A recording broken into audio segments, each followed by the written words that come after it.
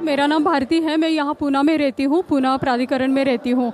मैं यहाँ पे संत आशाराम जी बापू प्रेरित महिला उत्थान मंडल से मैं आई हूँ।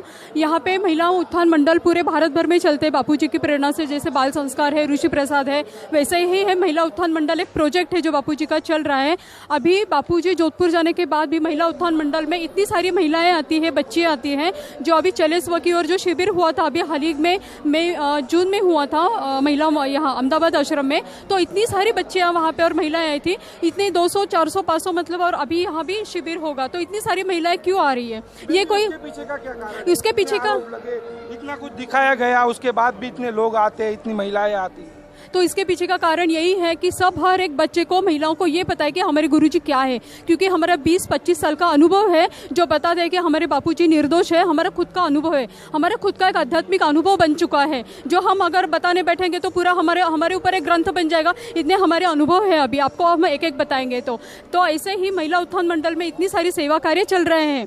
बाल संस्कार है, ऋषि प्रसाद है, तो इतनी सारी लड़कियां बहनें क्यों आ रही है वहाँ पे? अहमदाबाद आश्रम में इतने सारे बड़े इसमें ये शिविर चल रहा है, तो इतनी सारी भारत भर से महिलाएं। अभी रैली निकाली थी महिला दिन के समय, तभी भी बहुत सारी महिलाएं रोड पे उतरी है। पूरे भारत भर में ये रैली निकली है। तो ऐसा आरोप है कि आश्रमों में गलत काम होते हैं, तो उन लोगों को क्या कहना चाहोगे? तो मैं यही कहना चाहूंगी कि आप भी आश्रम आओ। जब ये शिविर भरता है ना, तब आप आओ, ये सब शूटिंग ले लो। जो क्या क्या चलता है, प्राणायाम, ध्यान, प्राणायाम, जो महिलाओं को जो सिखाते हैं हमको, सुबह 5 बजे से लेकर रात को 8 बजे तक पूरी हमारे से साधना करवा के लेते। आप भी देखो ना, आप खुद आके देखो ना वहाँ पे। आप वहाँ बाहर बैठे क्यों बोल रहे हो? आप यहाँ के बैठो और देखो कैसे शिविरें चल रहे हैं। और उल्टा अभी तो ज्यादा तौर पे ज्यादा महिलाएं जुड़ रही हैं और ये प्रचार बहुत अच्छे से मतलब हो रहा है अभी।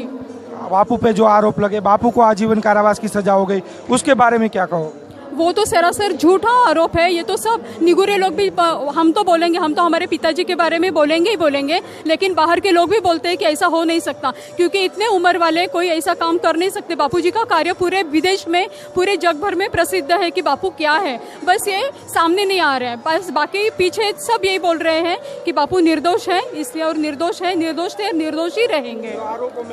आरोपों में षड्यंत्र है भैया, ये तो पूरा षड्यंत्र है बापूजी के ऊपर लगाया गया है। और बापूजी ने ये, हमारे इतिहास में यही घटना घटती आ रही है। संतों के ऊपर पहले से ये घटना ही घटती आ रही है कि संतों, जब संत हयातत होते ना, हयाती में, तब उनके ऊपर आरोप लगाते, तब उनको महती नहीं करती। चमत्कार होता है जब संत सिद्ध हो जाता है, तब सबको पता चलता है अरे ये संत सिद्ध थे। तब बाद में बहुत देर हो चुकी रहती है उनका, तो अभी तो चांस चला गया लोगों का। बाद में मत्था आके टेकेंगे ये हमारे ज्ञानेश्वर माउली, गुरु नानक जी, जो भी संत है अभी आप इतिहास देखिए, संतों के ऊपर लगाया जाता है। जब संत अच्छा कार्य करने लगते हैं, ये कलयुग का प्रभाव है कि संतों के ऊपर आरोप लगाए जाते हैं, जो कि सरासर गलत है। क्या मांग करोगे? महिला हो, देश के प्रशासन, सरकार से क्या करोगे? महिला उत्थान मंडल की तरफ से तो मैं यही बोलूंगी कि बापूजी को हमारे जल्द से जल्द बाहर आओगे, और सच्चाई तो आने ही वाले हैं, बापू जल्द आने ही वाले हैं, और मैं यही मांग करती हूँ कि जल्दी बापू बाहर आ जाएंगे।